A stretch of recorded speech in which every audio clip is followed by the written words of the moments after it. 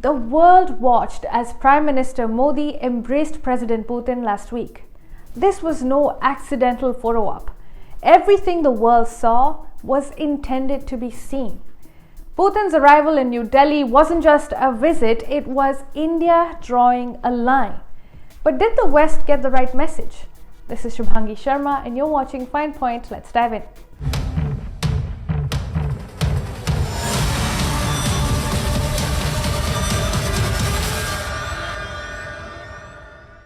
The West is scrambling to decode India's message during Putin's visit to New Delhi, with reactions swinging from accusing New Delhi of embracing a war criminal to anxious commentary that India is drifting into the Russia-China camp.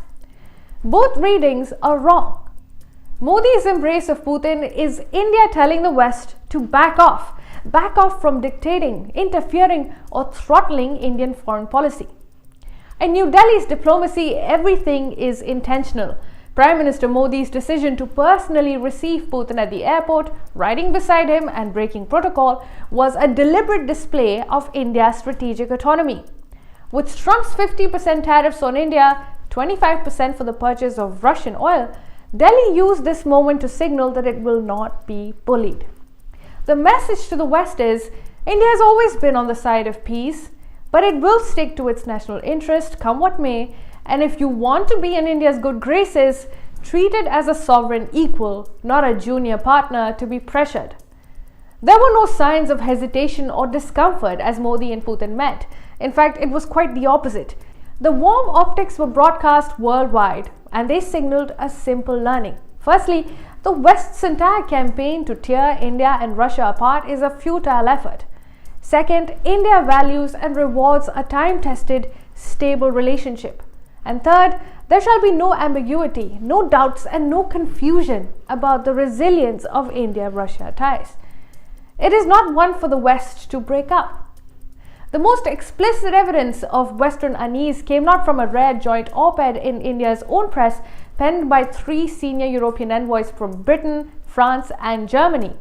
The ambassadors from 3 powers, itself an unusual act, issued what amounted to a public letter of concern.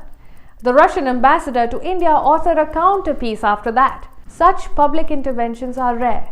India suddenly found itself turned into a battleground for geopolitical narratives, but Delhi shut it down quickly. A senior official called the European op-ed very unusual and not acceptable diplomatic practice. In diplomatic language, that is a slap on the wrist. This pushback framed the Putin visit. For India, the optics were engineered to remove ambiguity. For Russia, the reception was proof that Moscow still has one stable, non-hostile rising partner in an increasingly hostile world. But the choreography was equally defined by what wasn't announced.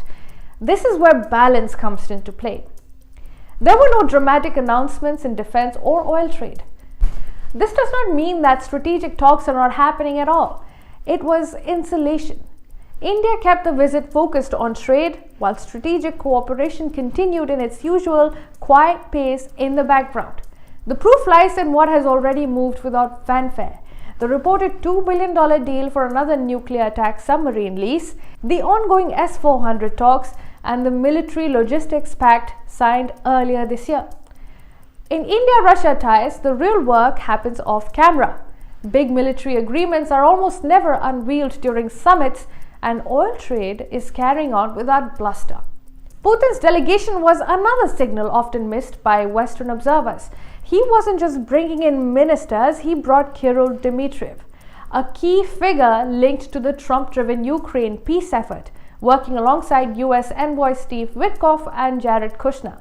Now let's admit, this is the only peace process with any energy behind it, with both Moscow and Washington on board. And the timing matters. Russia currently holds the battlefield advantage. Ukraine is facing the possibility of defeat, and the Trump administration has effectively stepped back.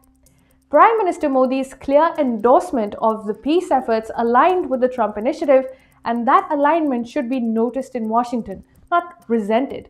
India and the Trump administration are on the same page here.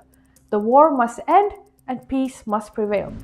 Now, of India's three major power relationships with the US, China, and Russia, only one has been consistently stable: India and Russia. It is the only equation without dramatic crashes, ideological shocks, or sudden reversals. The others swing between breakthroughs and breakdowns, especially in the case of China, where there is an adversarial element. But throughout history, India has not faced this kind of uncertainty from Russia. This simple geopolitical fact underpins the strategic reality of our time. Russia isn't betting on the India of today. It's betting on the India of the next 50 years, a country set to become one of the world's top 3 economies, one that will remain young and capable while much of the developed world ages and shrinks. Russia is facing a demographic decline, and it sees India as a long-term partner that it can actually grow with. Meanwhile, Russia cannot be wished away. It is the world's largest country by landmass, a resource superpower, and a potential anchor for India's future energy security, something India will need more of as its economy expands. So this is what India will be looking at. Now, the West still imagines India as a country that can be nudged, managed, or turned into a vassal state. But India has its own interests, its own calculations, and its own worldview. It will balance, it will hedge, and it will choose issue by issue. But it will not be coerced into picking sides. India sees itself as a pole in its own right, a center of gravity in an emerging multipolar order. And let me hammer down the real lesson from this entire episode. Treat India as a sovereign equal. It is nobody's pawn.